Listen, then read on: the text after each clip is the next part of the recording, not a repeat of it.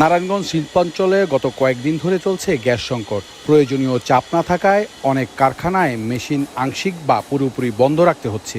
এতে উৎপাদন কমে যাওয়ার পাশাপাশি বাড়ছে ব্যয়, আর শঙ্কা তৈরি হয়েছে সময়মতো রপ্তানি আদেশ বাস্তবায়ন নিয়েও।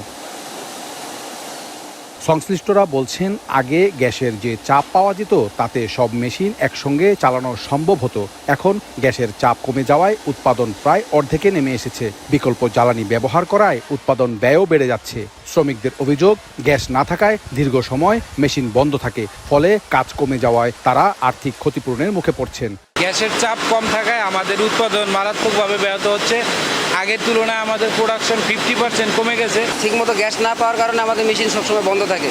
এই বন্ধ থাকার কারণে আমরা ঠিকমতো আমাদের যে প্রোডাকশনের যে আর্থিক অবস্থাটা, এটা আমরা পাই না, ঠিকমতো পাচ্ছি না। দীর্ঘদিন ধরে নারায়ণগঞ্জে গ্যাসের সমস্যার কারণে আমরা ঠিকমতন প্রোডাকশন দিতে পারতেছি না এবং শ্রমিকেরা সবাই বেকারত্ব বোধ করতেছে।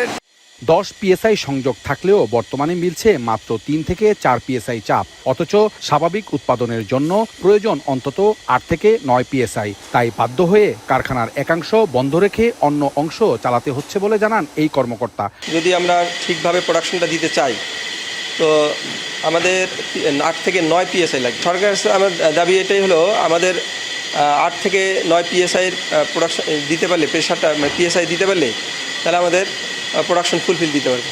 গ্যাস সংকট দীর্ঘায়িত হলে বিদেশি ক্রেতাদের আস্থা কমবে এবং ভবিষ্যতে রপ্তানিও হ্রাস পেতে পারে। একই সঙ্গে শ্রমিকদের বেতন ও ব্যাংক ঋণ পরিশোধেও তৈরি হচ্ছে অনিশ্চয়তা। তাই দ্রুত নিরবচ্ছিন্ন গ্যাস সরবরাহ নিশ্চিত করার দাবি শিল্প সংশ্লিষ্টদের। 72 ঘন্টা ময়েশ্চার লক সমৃদ্ধ লিলি হুইপ শিয়া মিস্টিক গ্লোয়িং বডি ওয়াশ। শিয়া বাটারের গুডনেস স্কিন রিপেয়ার করে রাখে সফট ও গ্লোয়িং, ছড়িয়ে দেয় লং লাস্টিং ফ্রেগন্যান্স। উৎপাদন বৃদ্ধি তো হচ্ছেই না, বরং হ্রাস পাওয়ার কারণে আমাদের প্রোডাকশন 20% মতো কমে গেছে।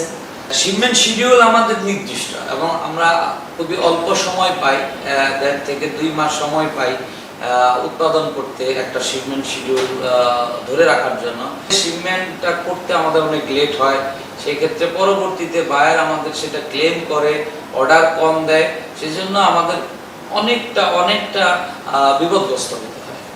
গ্যাস সরবরাহ স্বাভাবিক না হলে শুধু উৎপাদন নয়, দেশের রপ্তানি আয় ও শিল্প খাতেও এর নেতিবাচক প্রভাব পড়তে পারে বলে মনে করছেন সংশ্লিষ্টরা। তাই দ্রুত সংকট সমাধানে কার্যকর উদ্যোগ নেওয়ার আহ্বান শিল্প মালিক ও শ্রমিকদের।